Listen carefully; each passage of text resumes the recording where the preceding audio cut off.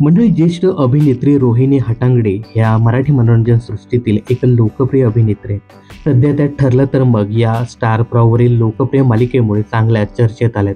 अशातच त्यांनी त्यांच्या सेटवरील एक किस्सा सांगितला आहे.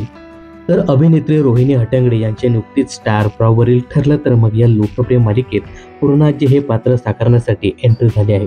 यापूर्वी हे पात्र दिवंगत अभिनेत्री ज्योती चांदेकर यांनी साकारलं होतं, परंतु त्यांच्या आकस्मिक निधनाने रोहिणीताई यांच्याकडे ही भूमिका आली. अशातच त्यांनी लोकमत फिल्मीला एक मुलाखत दिली. या मुलाखतीदरम्यान त्यांनी होणार सुनमी या घरची या मालिकेदरम्यानचा एक किस्सा सांगितला आहे. यावेळी ज्येष्ठ कलाकारांनी मालिकेत काम करत असताना स्वतःची काळजी घेणं किती गरजेचं आहे याबद्दल विचारल्यावर त्या म्हणाल्या, काळजी तर घेतलीच पाहिजे, कारण या वयात अनेक व्याधी असतात किंवा नवीन उद्भवू शकतात.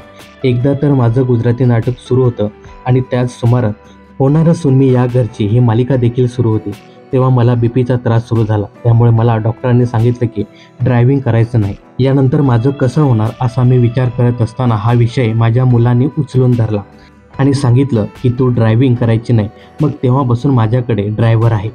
पुढे त्या म्हणाल्या, आपल्याला काय आवडतं काय आवडत नाही हे पाहून ते किती प्रमाणात केलं पाहिजे याची सुद्धा काळजी घेणं गरजेचं आहे. आणि समजा जर काम करावंच लागेल अशी परिस्थिती असेल तर मग ते किती केलं पाहिजे हे सुद्धा बघणं गरजेचं आहे. तर तुम्हाला ठरलं तर मग या मालिकेत रोहिणी हट्टंगडी साकारत असलेली पूर्ण आजीची भूमिका कशी वाटते हे कमेंट्स करून नक्की सांगा. मनोरंजन क्षेत्रातील अशाच फिल्मी अपडेट जाणून घेण्यासाठी चॅनलला सबस्क्राईब करा.